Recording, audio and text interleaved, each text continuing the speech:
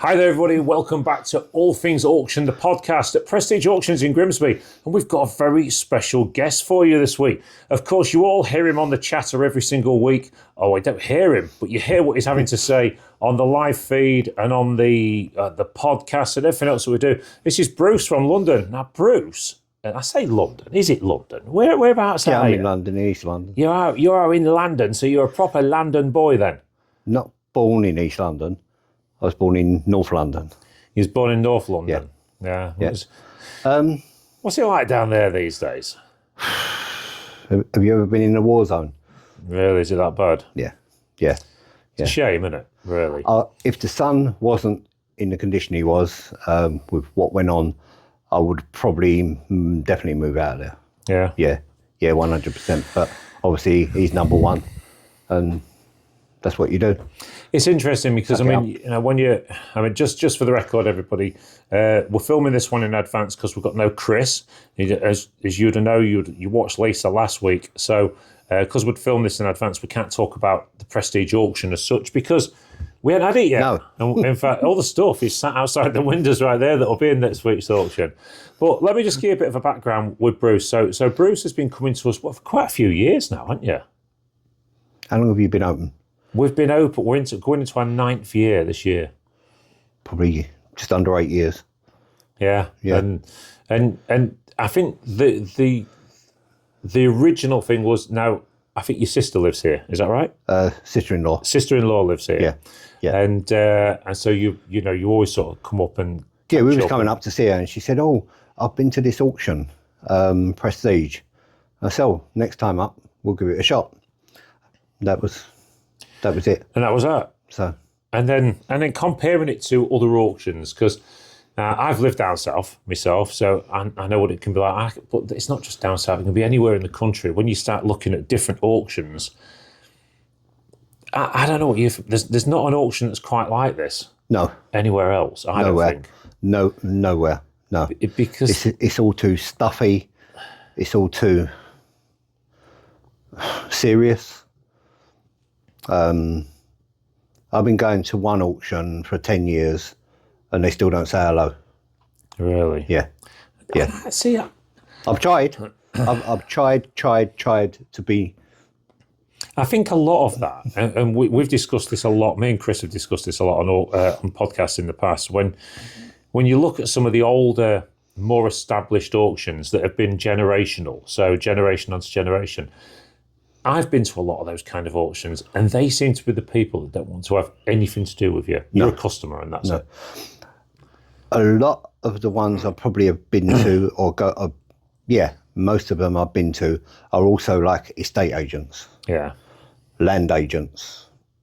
Well, that was the big thing. Something other than. Yeah. But for love nor money, we won't actually name anybody, but anywhere where I've been, where it was South London, I was in a lot. Where the Olympic Park is now in East London, there used to be a big auction there, right next to Hackney Wick Stadium. That just all got flattened, so that all went. We haven't got any auctions in London now that are anything like a normal auction.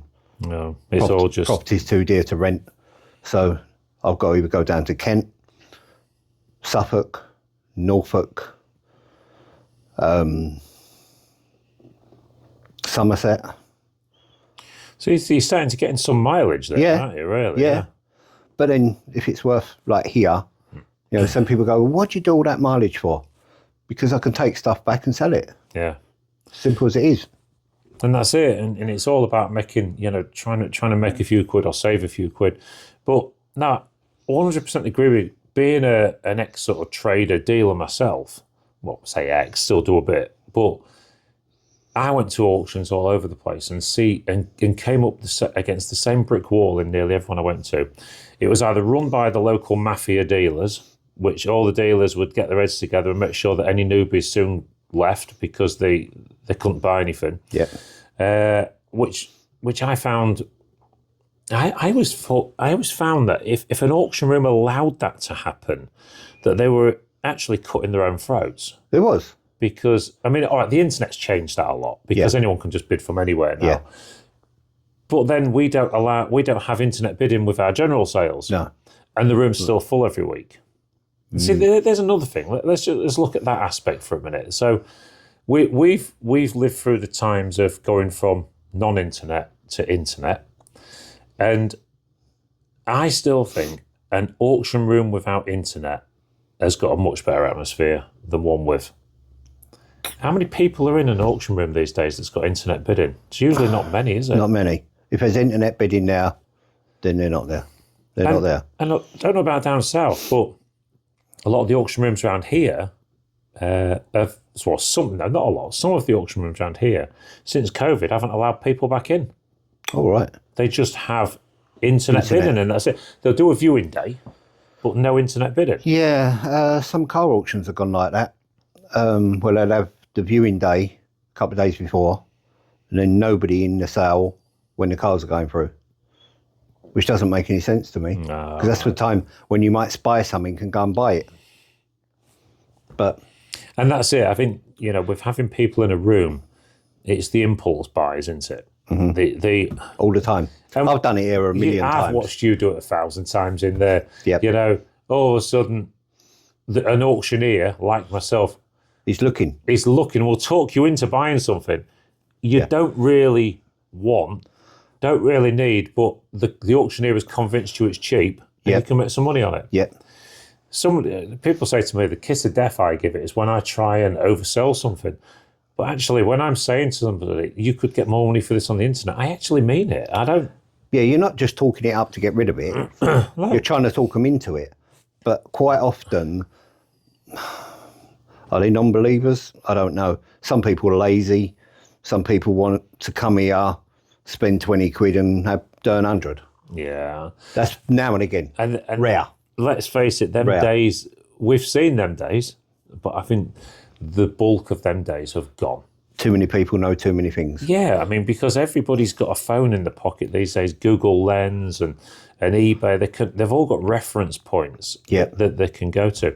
See, there's companies out there like WavePoint. You come across WavePoint. Yeah. The people used to pay, I assume they still do, to these companies to get valuations and ideas of prices and stuff, where these days you can just use Google Lens. Google Lens, Google Lens is just an awesome piece of equipment to make your life easier. Are you aware of Whatnot? Selling platform. I have looked at it. I mean, you spoke about this on the phone, didn't we? Yeah. And I have looked at it. I've just not had the time to sit down and study it yet. But I've heard that's quite if I don't get off of there, yesterday I spent 10 hours on there. Buying for vintage. I'm buying dresses at £4 and £5 and selling them for 20. Well, look, I think the thing is, Bruce, in the days that we're in now, nearly everybody you speak to these days has got some sort of side hustle. Yeah. Which is probably one of the reasons why the government is trying to clamp down so much on them, because they're losing out on all this tax revenue from people that had side hustles. Now, you go back a few years, people used to call them barrow jobs. Yeah. So if you knew a plumber, and John the plumber down the street, your pipes are playing up, fancy a barrow job, John? And he'd come up, charge you a tenner, whatever, job done. Yeah, cash in hand. And the brickie from down the street. And this is how the old barrow job marketplace used to work. Now, I've had fun in the past and called them chinky jobs. As I said, we used to do chinky jobs. And Chris sort of looked at me going, what's a chinky to buy job? you chinky? Yeah. And it'd be, I just had a call on a Friday, my van sat outside and somebody said, can you just move this from there to there? And I go, yeah, it'd be 20 quid. And Lisa would go, what are you doing? I go, chinky job. Because back in the day, you couldn't afford a Chinese. Yeah. So if you went out and did that hour's work or whatever, moving something for somebody. You can't afford it now. No, go on the prices now. But you had enough for that takeaway. Yeah. And I find it awful, really. that they're trying to take every last little bit of everything away from us. We pay enough. There's still some ways around some things, but all the avenues and gates, doors and everything are being shut. But that was it. You just had, and for years they were just called barrow jobs. And you can't get rid of cash. No. It's not going to happen. No, I don't think so. It's not going to happen. And if it does, give me some warning. Yeah, well, barrow jobs are a great thing. Did you? I don't know if you ever see this thing. I see this years ago. I don't know if it's still a thing in in Australia, but they used to have this directory where people would trade jobs. So let's say you was a plumber and you needed a fence putting up. You could go onto like the trade directory and say to somebody, "Oh look, I'm a joiner. You're a plumber. I need this doing. Is there what I can do for you?" And we can sort of trade. Oh, And I seem to remember, unless I've dreamt this, of course, I seem to remember this is fair. the government not being very happy about it because because no money was changing. But no hands. money's changing hands, so there's no rule. There's I'm just doing the bloke a favour. Yeah, he's helping me out. I'm helping him out. But they're not going to see it that way. No, of course they're not, because they're seeing that as you're trying to dodge the tax system. Yeah. But Yeah. I think with the way things are in this country at the moment, let's face it, we're taxed on everything. We're taxed when we live, we're taxed when we die. So just leave the working man alone to do a barrow job or whatever. Everybody seems angry, especially in London. It's no matter whether you're out driving, whether you go in a shop, they're all in a hurry, and I can't work out why they're in a hurry, because they haven't got a job. Yeah. What? I'm in a hurry because I've got lots to do. Do you ever write a to-do list? I do sometimes. Do you ever write the list and get them all done? No, not really, no. So in theory, you should put yesterday's that you didn't do at the top of tomorrow's. But you don't, because you don't fancy them. No, I mean... It's like you were saying about when you do the phone calls to the people who stuff you sold. And you got the ones you don't want to do. I always do them first because I figure... I was literally put them on, so if somebody owes us, that's going to be the first call. And then it'll gradually get better all the way to the end. And the bottom one, we could probably owe $2,500 or something. Because I think I'm going to feel for people at the start, but by the end, I'm going to feel a lot better about myself because I've made people really happy. Yeah, get the worst ones out of the way. Yeah, because it's like anything. It's like the worst job. You've got 3 jobs to do in a day, and some people would leave the worst one till last. And then you don't fancy doing it. Always do the worst one first. Just get it out of the way. Yeah, but give yourself something to look forward to. Yeah. If you think if your day is going to get easier, then it's like when you've just walked past it now. I mean, not everybody. You've just walked in and made a comment about, I thought the studio would be bigger, and it's actually just very compact, but we use it in a different way. But as you walked in here, you're seeing all the backed up house clearances. Yeah. So this is. When you look at that, and I know when Lisa and Chris, who do the bays when Chris is here, on a Monday, they sort of walk in and go, ugh. So they often leave the better jobs till last. You get the worst ones out of the way. Yeah. And it's true. Later ones get easier. Yeah. As you're going through the day. Like most things, no matter what you got to do, it's normally the worst one out of the way, and then you'll find the day will go better. Yeah. I mean, I find myself in quite a privileged position these days. I worked in industry for a long time. I did my last job. I was in it 23 and a half years. I mean, it's a long old time to be in a job. But I fell out of love with it and fell completely in love with my business that I was running. I was running a business while I was a manager in a food factory. Right. And I had 2 people working for me outside of and I was going to work every day. It didn't make any sense. No. But I kind of fell out of love with the industry and fell in love with this. And every day now I still say I'm in a very privileged position. I'm doing something that I love in an industry that I adore. It doesn't seem like a job. No, it never feels like I'm at work. It's not like you get up in the morning, get ready for work, and you come here and you got to clock in. Yeah. It's not like that. No. And I know exactly. I've been in that situation. It just... The day just goes. You're doing so many things. Imagine if you had to write your CV now for this job. No. Massive, yeah. It'll be massive. But I look at it and think, I don't... I'll say, I take yesterday afternoon, right? So Wednesday and Thursday, mine and Lisa's days off. They never are. No. They never are. Because you work for yourself. But yesterday afternoon, I had 3 quotes to do yesterday afternoon. Took the whole afternoon. But I didn't get up out of my chair and go, oh my God, I've got to go and do them bloody quotes. I was like, right, quotes to do, I'm off. See you later. That's it. Get out there. Get them done. The one thing for sure in this industry, and I think a lot of people forget this. People walk through the door, maybe yourself included, at Prestige. We're all happy. Well, we try to be as happy as we can. We try and promote a good atmosphere. But what people forget is we are dealing in an industry that is not unsimilar to what The Undertaker has to do. True.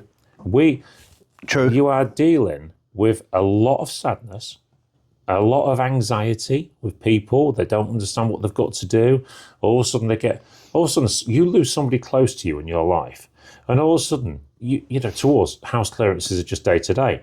But then people, the amount of houses that I go to and they'll go, we don't know where to start. We don't know what to do. What should we do?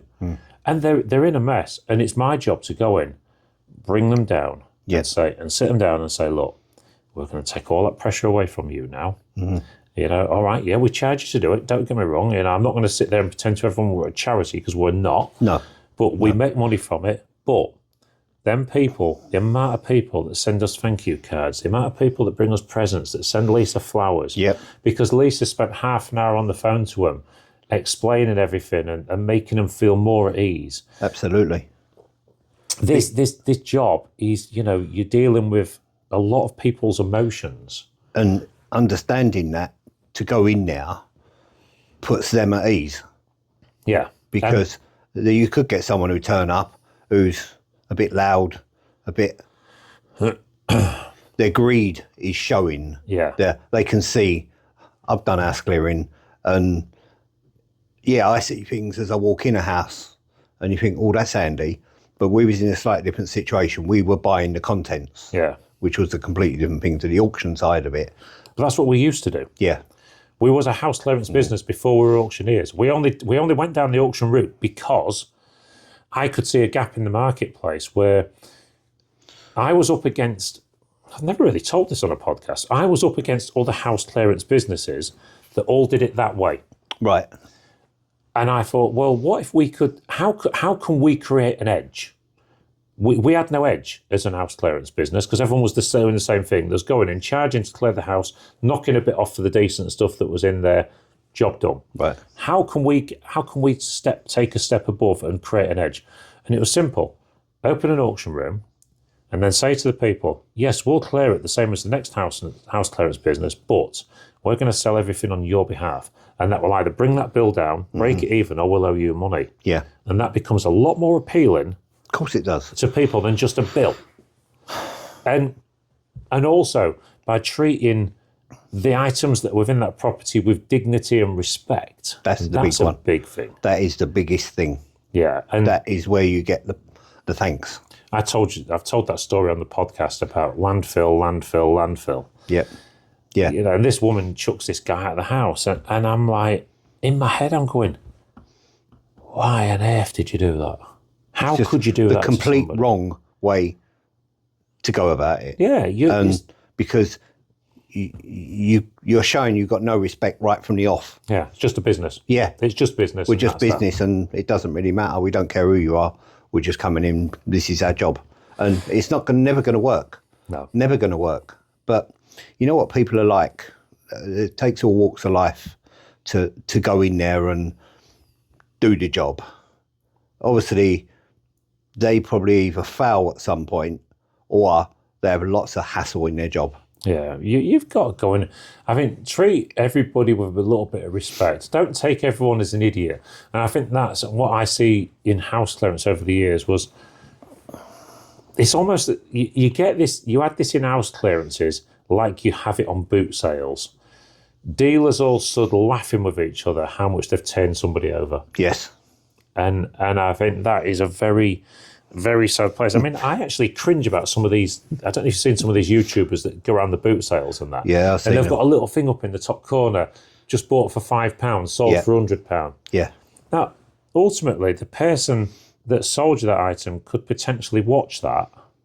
The problem is at a boot sale, they probably turn up before anybody else, and they're like the vultures flying around, looking down at these people turning up who know almost nothing, but they know they've got to clear something. Either a parent might have died, or they're just having a big clear out of their house because they're holding. Yeah. And they're there, the vultures are there waiting to pounce on you. And that's never going to stop, is it? Someone was telling me a story this morning about a boot sale, and how this woman, this dealer had bought 2 Krugerrands off somebody at £5 each because they had no idea what they had in front of them. £5 each. I mean, but then to be walking around bragging about it. No. Because what they're trying to do at that point is they're trying to one-up the other dealers. That's all they're trying to do. You know, it's almost like, you know... I'm better than you. Yeah. My black's blacker than your black. That's how it was all the time. I found that on the boot sales all the time. It's quite interesting because back in the day when I first started going to boot sales, I mean, I'd been buying and selling and doing bits and bobs ever since I was a kid, which, you know, I got into this industry. But I was nicknamed the Chancer because the what? Sounds like me. Well, these boot sailors were all, who's this by? Oh, you don't know. He's got no. I got a lot. He's got no knowledge. He's got no knowledge. He don't know anything, and all this of it. And then I look now and think, yeah. So here I am, the man with no knowledge that's now employs 10 people. Yep. Got the biggest auction house in the area. Got one of the biggest house clearance businesses in the area. Got a massive eBay business. We've got all this stuff going on all over the place, and yet all them people that was doing the boot sale are still doing the boot sale. Exactly. They've not moved anywhere. And I was the chancer. I think as well, whilst they're trying to one-up each other, they're not going anywhere. No. No. Did you ever sell at boot sales? Yeah. Yeah, I used to sell at Hem as well. I used to love it. I've got to say, I love the boot sale days. I was selling new. I wasn't selling second-hand. So I got poached from a job by someone who wanted me because there was a lot of things going missing from the warehouse. So they brought me in as a stranger, although they knew me.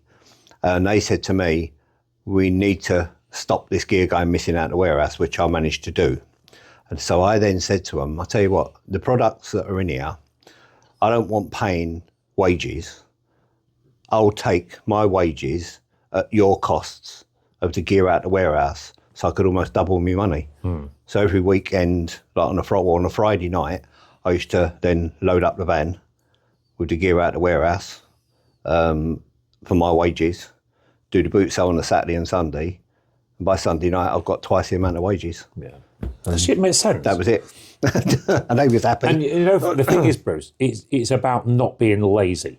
You know, the amount of youngsters that I talk to these days, and they'll go, "Oh, well, I need to." We've done an interview. How many days off? One of the questions we had. You know, when you get to the end of an interview and you say, "You got any questions?" Yeah, how many days off a week do I get? Yeah, they're filling you with negatives straight away. Well, they don't really want to be here. Yeah, you just know. How many days off a week do I get? I ended up with a window cleaning round by default. So back in, whenever we had the strong winds in the late 80s, my mother-in-law said to me, "Oh, you couldn't go hold of a ladder just to clean my windows, they're rotten. I've lost my window cleaner, he's a roofer and he's gone." So I went to B&Q, bought a ladder, come back, cleaning her windows. The woman next door come out and went, "Oh, are you the new window cleaner?" And I went, "No." She went, "Oh, just do my windows." So done her windows. She gave me the money. She said, "If you come back in a fortnight, I'll get you a list of all the ones he done." Anyway, I went back in a fortnight just to see her. She's come out with about 4 A4 pages with all these addresses on. 80 odd houses. I said, hold on a second. So I done them over a couple of days. I thought, this is quite good. It was gradually then holding them, getting 100, 120, 150. About 5 or 6 months went by, 500 houses. I had to get hold of 2 people to help me. Really? Yeah. So then I was looking for someone, and a bloke come to me and went, This was mid-February. It was freezing. But whilst you're up and down the ladders and everything, you're keeping warm. So he's come along. I've just started. I said, "Oh, are you the bloke who wanted a job?" Yeah. But I can't start till the start of May, he said, because at the minute it's a bit cold. So, bye. I want you desperately. Yeah. So that was that gone. And then, so what happened to the window cleaning round then? So what happened to the window cleaning round? I've done it for 2 years. I'd gone away on holiday for a couple of weeks, and I let most of them know I'm going away. When I come back after 2 weeks, I've gone back to do the whole thing, which we used to do over 5 days. All of a sudden, someone said to me, "Oh, we've got a new window cleaner." Really? "Yeah, Colin down the road, he's the new window cleaner." I thought, well, I know Colin. He used to work for BT. Oh, so I go down to Colin's house. You know when you see Tom and Jerry and they go straight through the door? That was me knocking on it because I just knew there was going to be trouble. Knocked on the door. Colin opens it. "Hello." "Oh, hello," he said. "I heard you give up." "Who told you that?" He gave me some old story. I said to him, no. I said, "I haven't give up." I said, "I'm back to do it." I said, "But if you want to buy the round, you can have it." "Yeah," he said. He gave it away straight away. He said to me, "Oh, I've just been given a right bundle of money from BT. I've retired. They retired me early," which I thought, well, I'll give you a figure and see what you say. So I gave him the figure. He went, "Come round tomorrow, I'll pay you." So he bought it. I didn't even want to sell it. So That used to be the thing with window cleaning rounds. I knew it up in Grimsby as well, 1 or 2 people that built up with good rounds and sold them. yeah, You know, because ultimately, I mean, look, window cleaning in the winter isn't the nicest thing because it's cold. Yeah, I didn't really take any notice personally because we'll get onto this bit in a minute. No, yeah, we'll go backwards in a minute. The cold to me, I just turned up and done it. The summer was worse because it was too hot. It was too hot. We was working in the sun most days, and you're up and down the ladder, and like you're lagging. We start at 8 till about 4, and by about 1 o'clock in the summer, lovely tan. You get a lovely colour. We used to have a window cleaner where we are in Umberston, and the window cleaner that we had was one of these new systems. With just the water. Yeah. Oh, I couldn't stand it. Yeah. No, you got to get up there because I tried to make it monthly because the windows weren't getting dirty. They was all in back street, so there was no major traffic. And I was saying, well, just have them done once a month. I thought that will take the pressure off me. No, we want them done once a fortnight. And I was going around there some weeks, and I wasn't even dirtying the cloth. It was like money for old rope. Yeah. But all these old girls were, which led on to... Because they're stuck in the ways. Yeah. My dad retired early. He sold his business. And he was at home driving my mum mad. So I said to him, "Why don't you come over, just do the downs or whatever," because he was quite active, "and just get me out of trouble." So he come over, started doing what he was doing. And all of a sudden, "Oh, where's he gone?" "Oh, he's in so-and-so's house. Some old girls come out. You don't know anything about gas cookers, do you?" Yeah, I'll come and have a look. So he's fixing a gas cooker. Next minute, "Do you know anyone who decorates bedrooms?"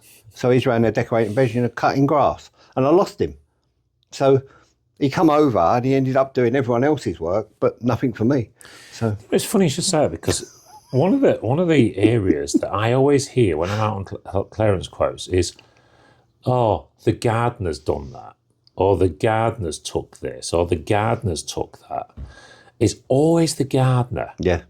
And I think it's more about building trust with people. If you got the trust. Gardeners come in, week out. Yeah. He builds up the trust. Yeah. So 1 or 2 gardeners that I know also do a bit of clearance as well now. So and some of them bring the stuff here, to be fair. So it's a strange world, isn't it? It's a strange world. It's the dog walkers you got to watch out for.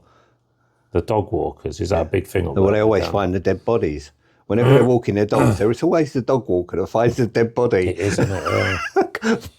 Yeah. Yeah, so the cold side of it, my younger days, I had 3 uncles who worked in markets. Petticoat Lane, Camden, another one worked in Windsor.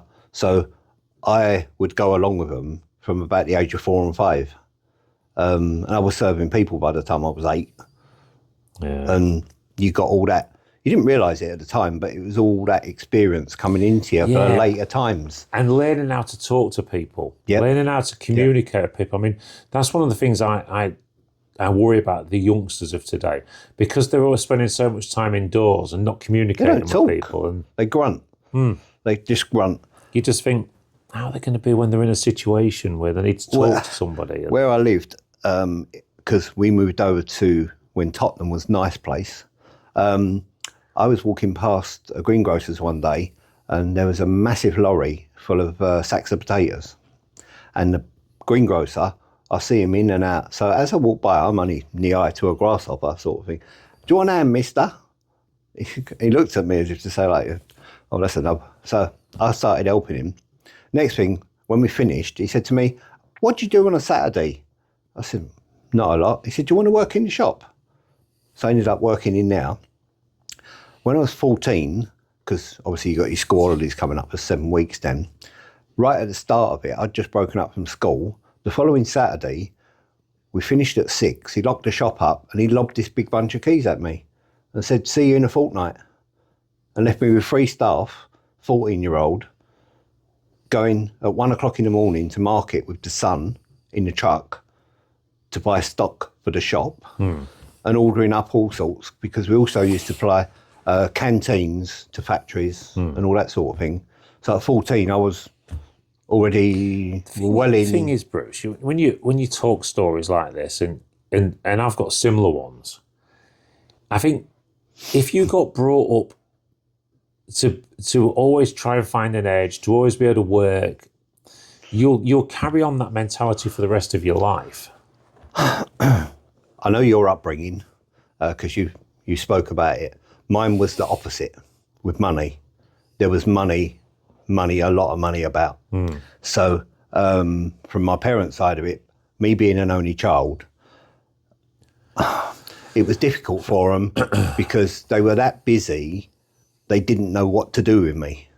There was no love in it really, so they used to give me money. So we're talking about 1965, I was 8. My dad would get up in the morning, I'd be up, getting ready for school. He'd about to be leaving for work. This is 65. I don't know what people earn in 65. 5 or 6 quid a week? I would have thought so, yeah. Yeah. He was giving me a £5 a day. Wow. A £5 a day. That's why by the age of 7, I never went to school. God. So I used to drag a couple of friends from school. What did your mum and dad do then? My dad had a pipe fitting central heating company, and my mum inherited her granddad's Rolls-Royce Jaguar Bentley dealers. And I suppose your dad pipe fitting central heating at that time, that was at the sort of the forefront of that. Central heating was for rich people. Yeah. It wasn't for the average. No. Not everyone had that His sort work of money, was did in Kensington, Chelsea, and the outer Surrey, that sort of thing. But I was left to my own devices. I was just running wild, really. And because I would then always be home before them. So I'd get my school clothes, dirty them, so it looked like I'd been out and been at school, writing my own notes for school, or getting a certificate. If I was off for the full week, I'd get a certificate from the doctors, which you used to have to pay a shilling.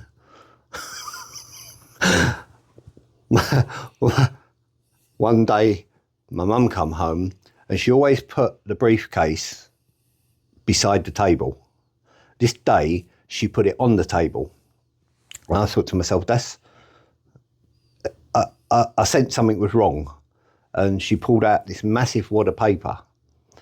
And it was all the doctor's certificates, notes that I'd written and signed by her. Yeah. I traced her name so many times that I could almost write her signature. So there was an upside. She was going mad. My dad walked in. My dad was so placid, never hit me once. Never. I should have been hit, but I don't know if it would have done any good or made me worse. So he said, "What's going on?" Her words, I can remember it even now. She said, "See that there?" That I thought that's nice, calling me that. She said, "See that there? It hasn't been to school for 5.5 weeks." Now, what's the next question your dad's going to ask you? Why? He said to me, "What will make you go back to school?" Good question. Well, I already had an answer because I wanted what I was about to say. Raleigh had just brought out the Raleigh Chopper. So I said, bearing in mind, I used to have 2 new bikes a year, minimum. So I said to him about this bike. So that was the Friday. He said, "We'll go to the shop tomorrow. We'll take the van," because he was working. "We'll go down there, buy the bike. We'll bring it home and I'll go off to work." So we go down to a shop, 9 o'clock. And it was one of them old style bike shops with an old boy there dressed in his uniform, Englishy, proper English bike shop. "Can I help you?" "Yeah." "You got that orange bike in the window?"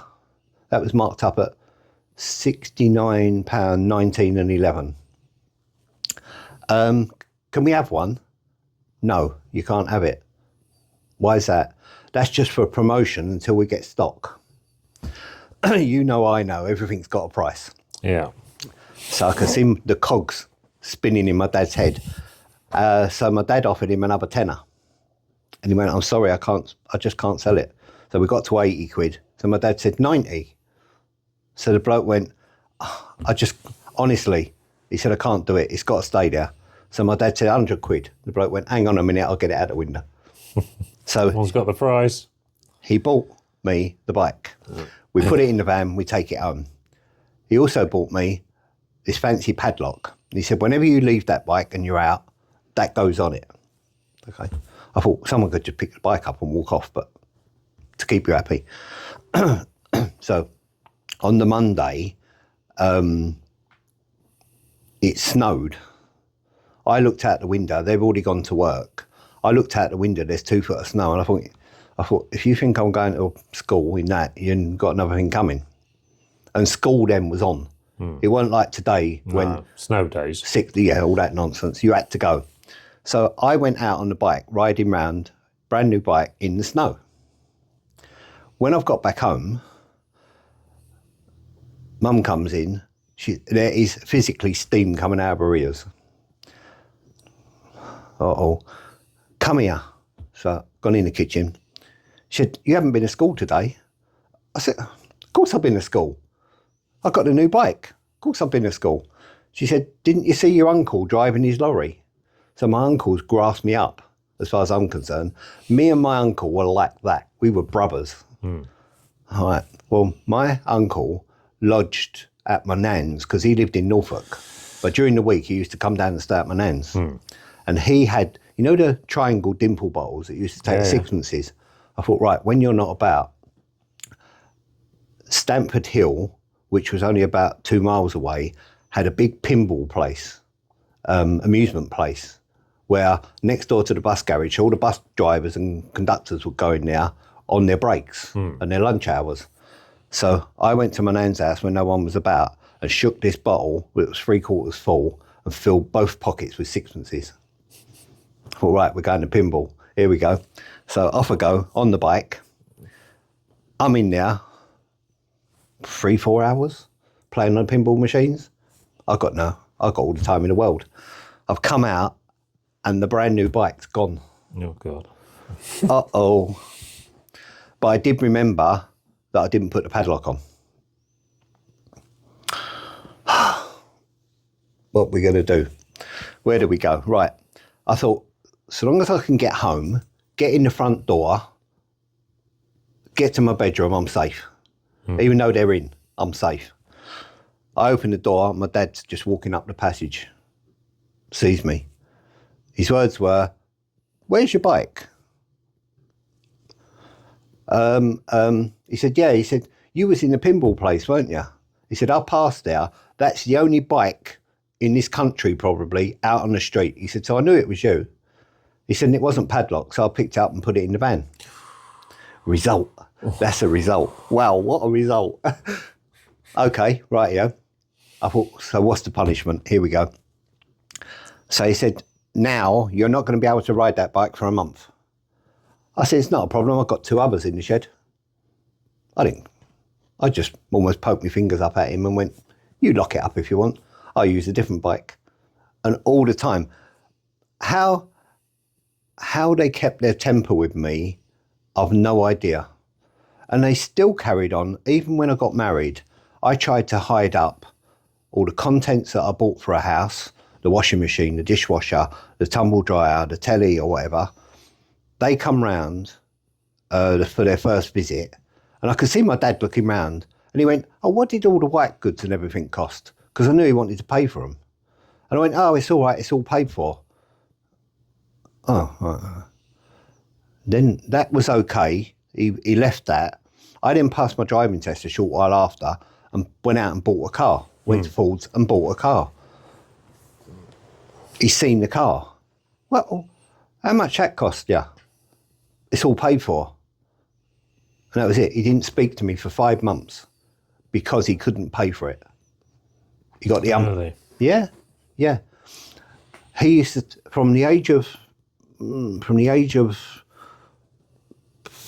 almost from when I can remember 4 to 12, he used to take me every Saturday to either Hamleys in Oxford Street or Gamages in Holborn to buy me a toy every week. In the end, I was sick and tired of going.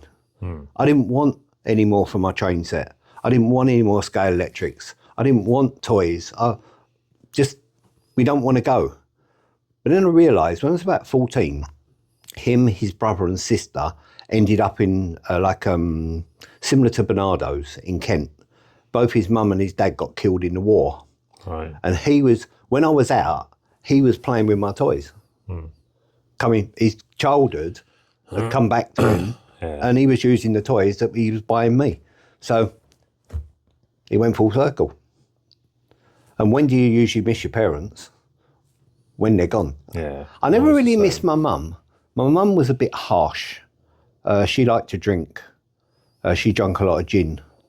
And when she had a drink and drunk gin, she turned nasty. Yeah. But my dad was as good as gold. He was so placid. I felt sorry for him sometimes because he was just too easygoing. So when did you really start your buying and selling thing? What part of your life did that come in? It's about 14, probably initially, going with my uncle to auction. Yeah. In London. In London, yeah. We was the one in Stratford, which is now the Olympic Park. We used to go to on a Friday. Another one in Wandsworth in South London, which had dead stock or stock where maybe a chain of shops had shut down, stock trading and all the stuff used to come in there. I was busting to start driving so I could go to more places. As soon as I could pass my test, I did, because I needed to get about. But no, and both, I've got a girl and 2 boys, both the boys started.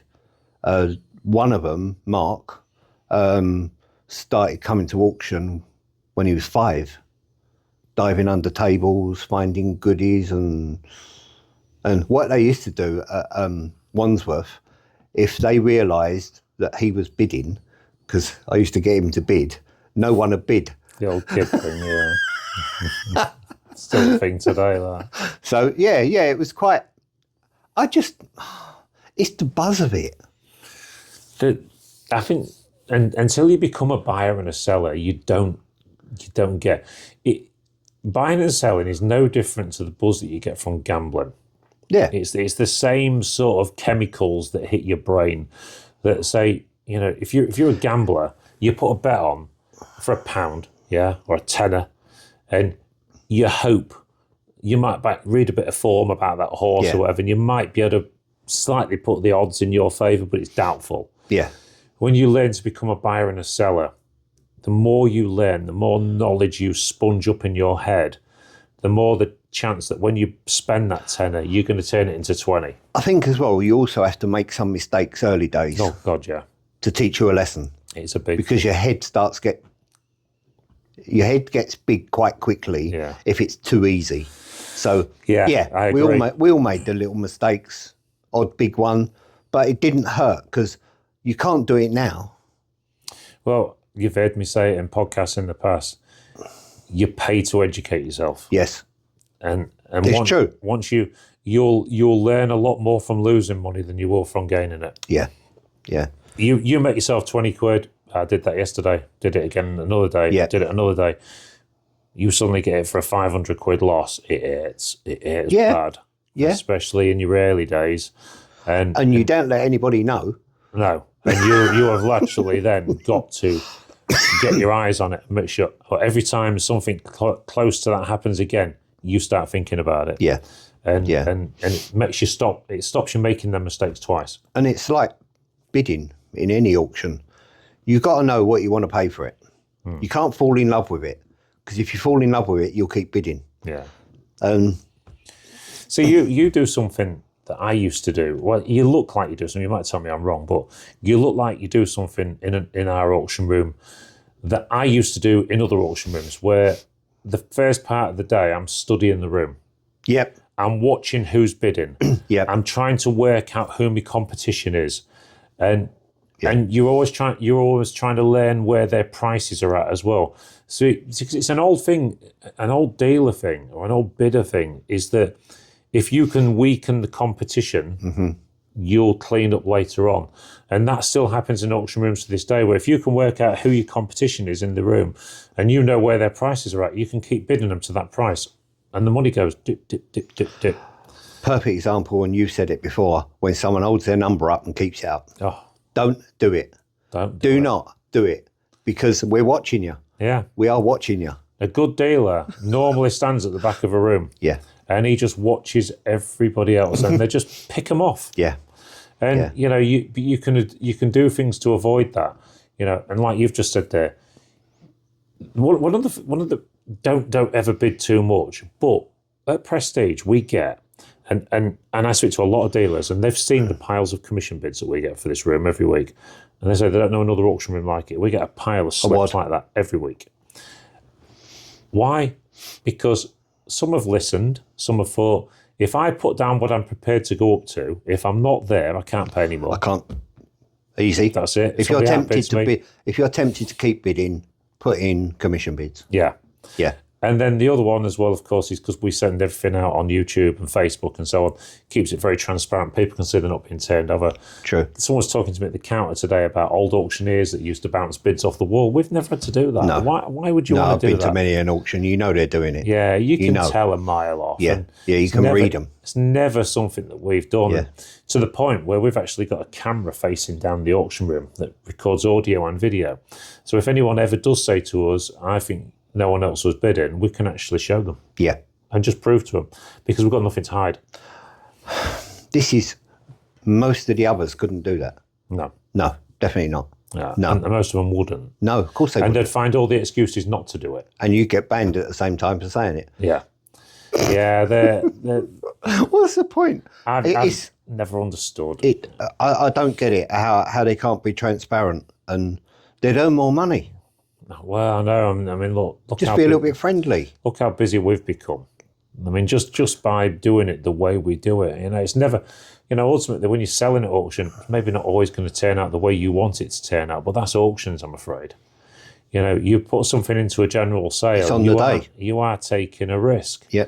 But we try and mitigate that risk the best we can by marketing things the way we do, bringing people through the door. We're very close to 5,000 registered buyers now. Just in the room. That's about what we've got online. Yeah. And, we want people like yourself. I mean, I'd love, you're not the only person that says to us, people that come from all over the country to Prestige that found us on YouTube and come to visit us. And I hear this one thing time and time again. I wish we had an auction room like this near us. Exactly. Yeah. And not one person has said to me, not one, in 9 years, oh, we've got an auction room just like this near us. I don't know one.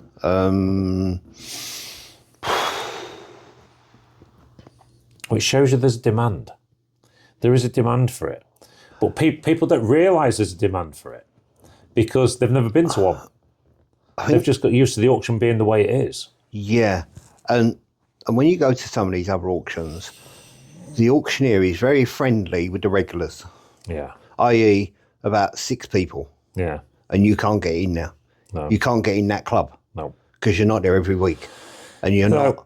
not bowing to them as you walk in, and you're not playing ball with their rules. And you've noticed that there. We're the same with everybody.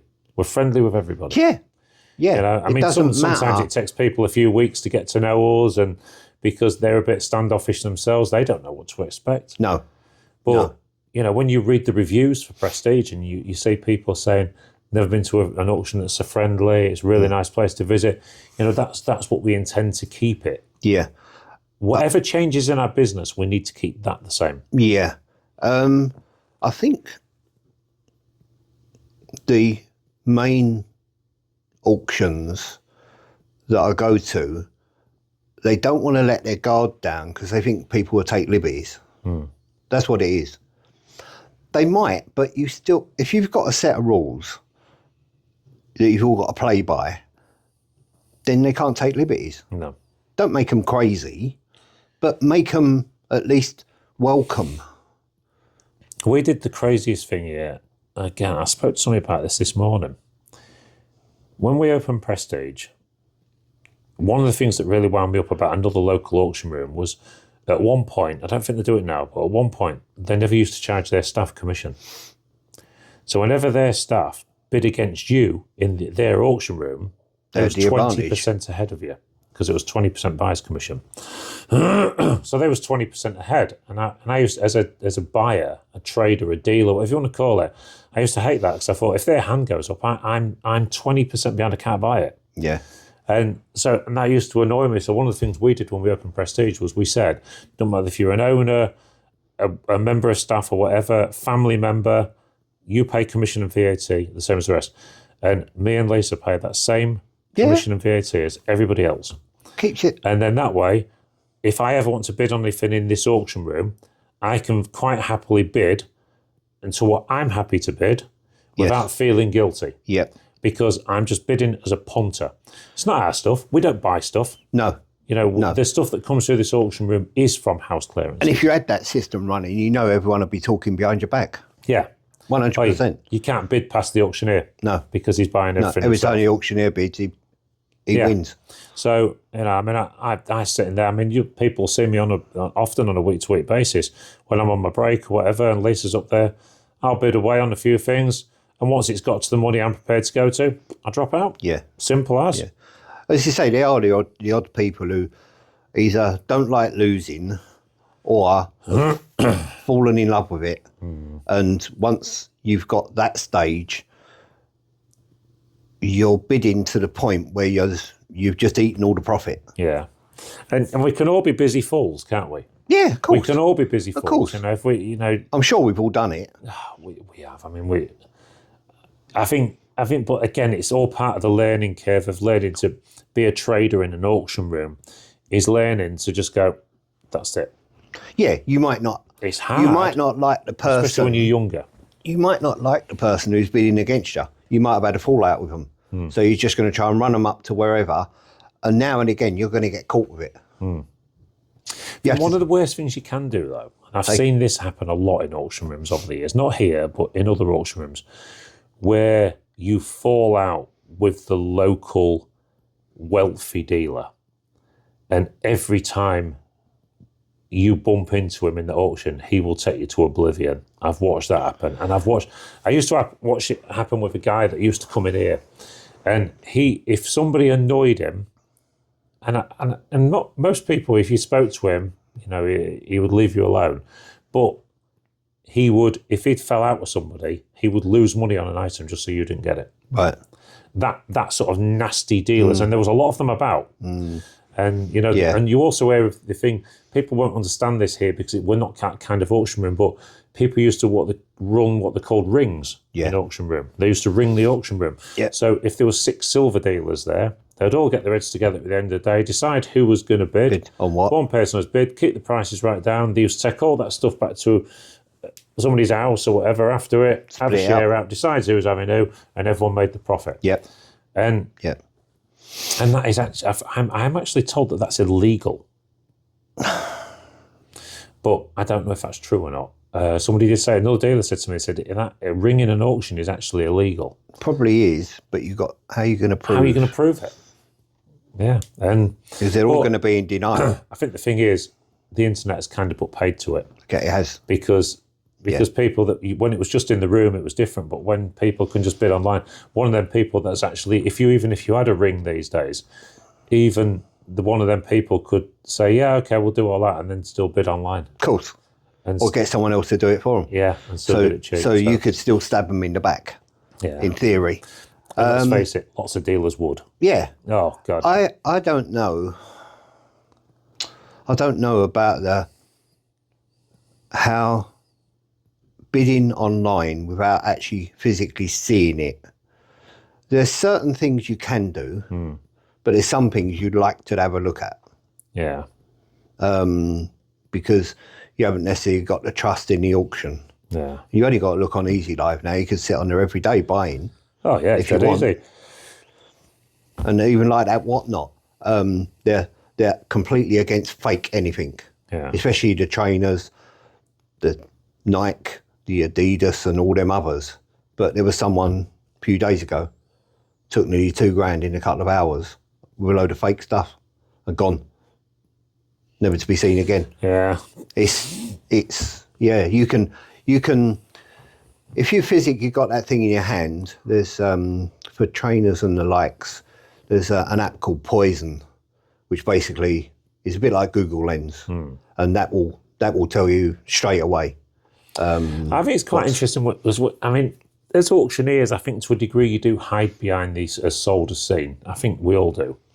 But when you're in an auction room, you know, I've been in many auction rooms in the past, and we have exactly the same rules here.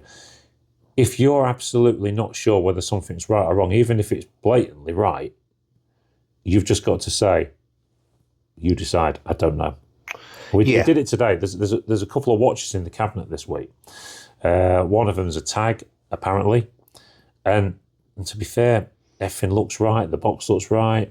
The watch looks right. But a person asked me the question this morning, is it original? I said, my honest answer is, I'm not qualified to tell you yes or no. No. I don't know. That's right. So it's it's in the cabinet with no reserve. It's there to sell. I will sell it as a watch. Make your mind up. Now, it could be 100% right. Mm-hmm. It could be 100% wrong. I don't know. I'm not qualified to tell you that. Yeah. You know, and if you was to go down the line in a general sale auction room where you're clearing properties, of saying, I'll have to check every item, you'd have an auction every 6 months. Yeah, that's no good. You couldn't do it. No, especially with a watch. What they're hoping is people will bid for the fake, but it'll turn out real. Because they want to have a bit of luck. That's a it. 9 out of 10. It does happen. It won't happen. Once in a blue moon, you'll get a result. Yeah. But not And on a regular basis. We have had it. I mean, I had it in here. This one week, this was years ago, this one week there was something in the cabinet. I was doing the jewellery cabinet, and there was this watch that was in the cabinet, and I was just like, it was broken. I'd not looked at it. You could see from the picture it was broken. And I was at that point, it was £3 minimum bid. I went, £3 then, £3. I went, come on, someone's got to give me £3 for this. And I was like, I went, God, I'll buy it at £3. Surely it's got to be worth £3. So anyway, bought it at £3. It was gold. There you go. Well, only gold backed. Yeah. Gold backed. Yeah. But that back scrapped at about £25 over the moon. But nobody had bothered to look because it was knackered and broken. So nobody bothered to look. I'd not bothered to look myself. It was just an old knackered watch. And these things can happen in auction rooms. I mean, people do get treats in general sales. Of course I do. I mean, one of the things we've been very particular about at Prestige, it's even in listed on our terms and conditions stating we're not specialists. No. We're not. We No. admit that. We're not specialists. We don't want to be specialists. No. Because with specialists, being specialists and advertising yourself as a specialist comes a lot of risk. We advertise ourselves as house clearance specialists because I believe we are. Yeah. We've been clearing the properties for a long time. We know what to find. We know what to look for. We know how to get your bills down. Yeah. But when it comes to in particular items, if you want to get a specialist opinion, you've got to go and pay a specialist to give you that opinion. Yeah. Yeah. I mean, in your special sales, you probably wouldn't put a risky one in as but not known. No. You'd have the paperwork, or you'd have the knowledge that someone would say this is real. Yeah, we had 3 or 4 good. Rolexes in one auction that we did. That when they came in, people had brought all the authenticity with them, etc., etc. I still went to a watch dealer and had them all checked to the point where I was happy. I could say, yes, these are genuine. These are real. Because the thing is as well, a little bit different on the general sale, but with the specialist sales where a lot of people are bidding online, never even come look at the item. No. You are fall under the distance selling rules. And if you misadvertise something, then they're quite rightly entitled to come a back. refund. Come back at you. And so you make sure you don't. If you're not sure of something, you will actually put in the description for that particular item, not 100% on this one, buyer be aware, please make sure you check the pictures or ask for more condition reports. You'll put all of that stuff in just to cover yourself. Because I mean, most people understand the rules at an auction. They understand that, there is a bit of risk, but there's risk either way. There's Of risk, course. yeah, there's risk to say But they you always could get think a the bargain. risk is going to land in their lap. Yeah, They never think of the bad one. no, Like, oh, well, I'm going to buy that. I'm sure that's right. And they buy it and it's a wrong one. yeah. And they pay good money. Look at that person. I say this story a lot on the rostrum. Look at that person that brought a television off us out of a house clearance and brought it back 10 months later and said, this has stopped working, I want my money back. Has this happened? And I went, what do you mean? She says, well, and this woman, bless her, she quoted sort of consumer law. I've as an electrical item, I've got 12 months. I went, if you was buying it retail, I said, this is not retail. Yeah. Understand, and this is important to everybody, understand that an auction is not retail. An auctioneer is selling on behalf of. Yeah, because I'm it's an not your agent. property. It's not my property. I'm selling on behalf. If I'm selling on behalf of a private individual, you are buying off a private individual. I am an agent in the middle, sitting there selling their item for them. And so when people understand these, but like 99.999% of people do understand it. Yep. They come in. I mean, good God. I mean, look, I am the man that not that long back, if you remember, but my tyre was going down. Was you here that week? Yes. Yeah, my tyre's going down. Oh, good, I'll buy that compressor. And it turned out it was a load of glasses or something, wasn't it? Or something in the box, or Christmas trimmings. Christmas trimmings. Yeah. And I just, you heard me swear, didn't you? Because I can't, bloody Christmas trimmings. Okay. But who hadn't looked in the box? Yeah. Me. You just My took it as fault. the box. Quote Lisa. She went, don't think you're getting a refund. No. Your rules, pal. I'm glad you said that. So you're at auction and you're always talking to people or you do whatever. What times have you been talking to somebody and all of a sudden you've gone, oh, number so-and-so, put your hand up, been the winning bidder and bought it, but it's actually not the lot you was meant to be bidding on? Yeah. We had that with a woman that got very angry and she's never been back. She said to us, she'd bid on this item, paid after the auction. Lisa shouted at me for, Carl, there's a problem here. This lady says she hasn't bought this. And I went, yeah, it's down on the book. Did all the checks. And she was getting quite angry. She was with her son. She went, I haven't bought that. And I went, give me 5 minutes. Forward-facing camera, audio and video. Gets to the lot, thinking, maybe I've made a mistake here. Sure enough, up goes her hand. Bid. What's your number? When she'd won the item, shows me the number. So I downloads it, takes it to her and her son. I went, right, there you go. Press play. She went, and it wasn't me. I didn't do it. I didn't buy it. It wasn't me. And I just looked at her son and her son went, Mum, I've just watched you do it. I'm sat next to you. You did it. You bid. I know exactly what she'd done. When she'd looked at the numbers, when she was writing the numbers down on viewing, she'd written, because she said it was the item next to it, she'd written the wrong number down. So she bid on what she thought was something else. And I tried to explain it to her. She went, "You crooks here," and walked out the door. Her son turned around and apologised to me. I said, "I'll talk to her." She's never been back. And you just couldn't talk her down, you know. I mean, in a situation like that as an auctioneer, there's nothing you can do. If that's going to happen, then probably better that she don't come back. Yeah. Because she'll probably do it again. Nothing you can do about it. You just have to say... It's the way it goes. I was in Stratford early days, and they had a massive auction of stationery and associated machinery, plus sundries and God knows what else. And they had a burger van in the car park. So I'm over the burger van and was talking to this bloke, and all of a sudden I've gone, "Hold on a minute." So I've gone running in, and I started bidding, because I thought, paid, right, lovely.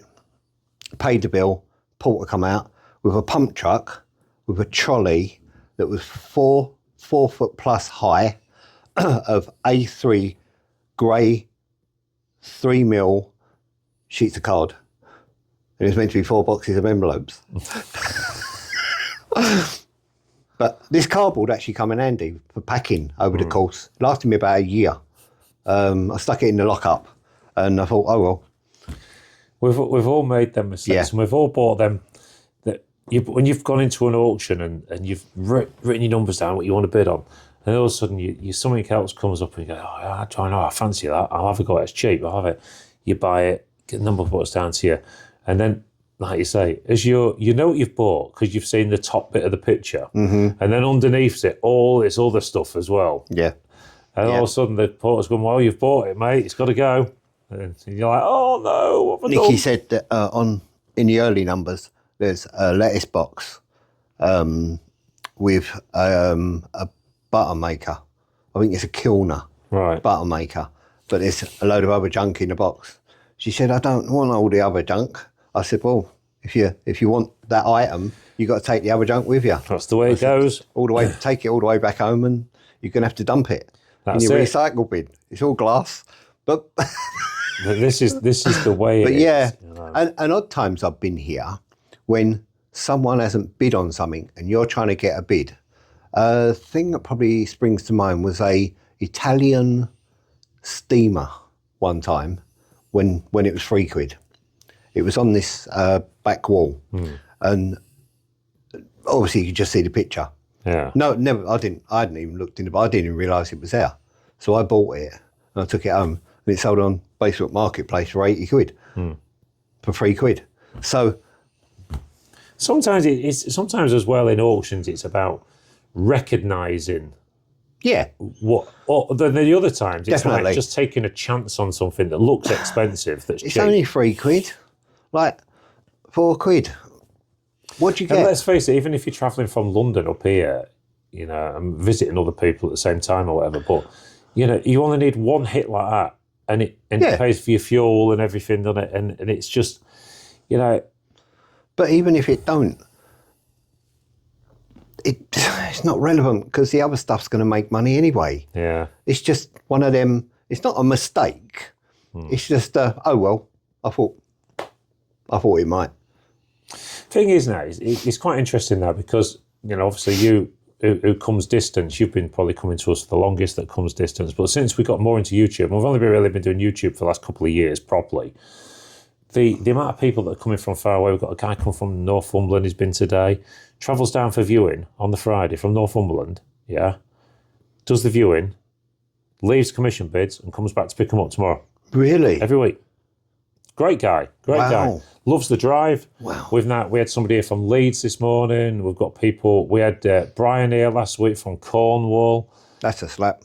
You know, that's a trot. This is, you know, this is what YouTube has done. But it's not just what YouTube has done. It's what running the kind of business the way we're running it has done as well. Because people want to come back. That's not Brian's first time. It's probably his third or fourth time. I was going to say, he's been before. Yeah, that he's been. And he loves coming up here. I mean, granted, he's got relatives in New Holland, stays with them, comes, he watches Grimsby Town when he's up here, and he has a right old time of it. Right. Oh. Yeah, has a right old time of it. And we had a guy in here not long back from Australia who watches us every week, but he'd got relatives in Claythorpes. I don't know I could commit to supporting Grimsby, though. Sorry. Sorry, we're top of the league. Who's your club? Arsenal. Oh, you're an Arsenal fan, are you? Oh, my God. So the Gunners... we're hated. Nobody likes us. I don't know why. So, was you brought up in that area? Yes.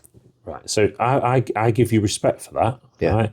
Because the trouble is, I was sat at poker on Monday night. At the poker table, all these Grimsby lads, one was a Newcastle fan, one was an Arsenal fan, one's a Spurs fan, one's a Chelsea fan, and I went, I don't support a town here. I went, or is it just me that supports my own club? And they go, oh, bloody rubbish that. And I think, well... Yeah, and it wasn't so long ago everyone was a Man United supporter. This is it. They float around... When we were kids, it was Liverpool, a few Leeds fans around here as well, back in the day. Yeah. And then, as a kid, I remember having a Leeds United top, like a T-shirt that said Leeds United on it. I remember a friend of mine had a Sheffield Wednesday top. Well, we didn't support these clubs, but it was just because you was in that area. Yeah. And then when you look at it, then there was Liverpool were winning everything in the 70s and 80s. So there's lots of kids who were Liverpool fans, then kids became Man U fans, then kids became Chelsea fans and Man City fans. And let's face it, kids support people that are winning. Of course. And of course. That's it. And that's why. But you know what? My son, who, Stephen, he won't thank me for saying this, but he was brought up as a bit of a Man U fan. Yeah, he had the Man U shirts and all the rest of it. But I give him his due. He is Grimsby Town through and through. Season ticket holder. And my grandson Charlie goes to the matches with him as well. So he's growing up learning how to be a good local football fan. And I think it's important to small clubs because, I mean, let's face it, Grimsby Town used to be a big club. They was up there in the first division back in the 40s. Yeah. When the leagues were all put together and all, they was one of the big clubs. Why? Well, Grimsby was a very wealthy town. I'd love to have been in Grimsby in the late 50s, 60s. Yeah. I would imagine it was a just non-stop laugh. Yeah, buzzing place. Buzzing, absolutely. There was buzzing. money everywhere. The fishing industry was huge. Freeman Street was just like amazing by all accounts. Yeah. There was a whole community on the docks. And all of this area here where we are was quite a wealthy area of the town. Claythorpe Road, lots of big businesses down here going on to Freeman Street. That's where all the money was at because it all came off the docks. Yeah.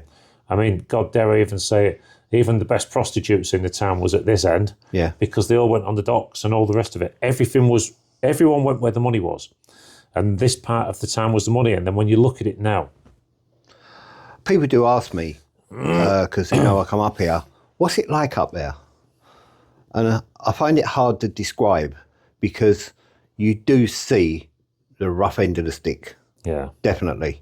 You see the younger generation especially. You see like a girl got 3 or 4 kids and she only looks sort of like 22. Yeah. And you think, what sort of life not only are you having, but the kids? The way, how is this all panning out? It's a real shame. I mean, I think, but dare I say it, Bruce, whether it be London, whether it be Claythorpes, whether it be Leeds, whether it be Hull, or even somewhere down in Cornwall, this country, as bad as it may be at the minute, still provides you with the opportunities to be different. Mm-hmm. We're all given an education. Yep. We're all given some sort of welfare if you've got nothing. Mm-hmm. You can make things work out right for yourself if you really want to. If you want to, yeah. And I think me and you are members of that society.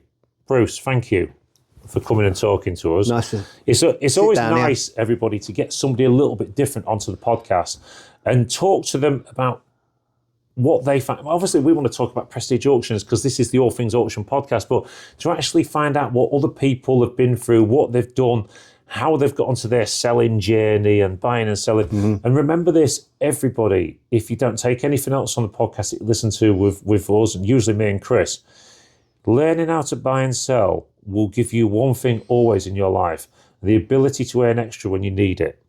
And if you learn that, and it's dead easy to learn, there are no courses for it though. You've just got to get out there and do it. And if you're younger, try and get into working for yourself rather than someone else, because you'll never have money in the bank when you're working for somebody else. You won't. All you're doing when you're working for somebody else is making them richer. Listen, everybody, thank you ever so much for watching All Things Auction, the podcast. We're back next week where Chris will be back with us on the episode, and we'll be able to learn all about his jaunts in France. I can tell you, he got in the eye of that storm the other week and all sorts. So I'm sure he's going to have loads of things to tell you. I'm going to go off into the auction room now and see what's happening in viewing. Bruce is going to go and find a few things to bid on tomorrow. Have a great week, everybody. Say goodbye, Bruce. Bye-bye. Goodbye, Bruce. It's a thing on the podcast. You've got to say goodbye, Bruce. Goodbye, Bruce, and we'll see you all very soon at the auction.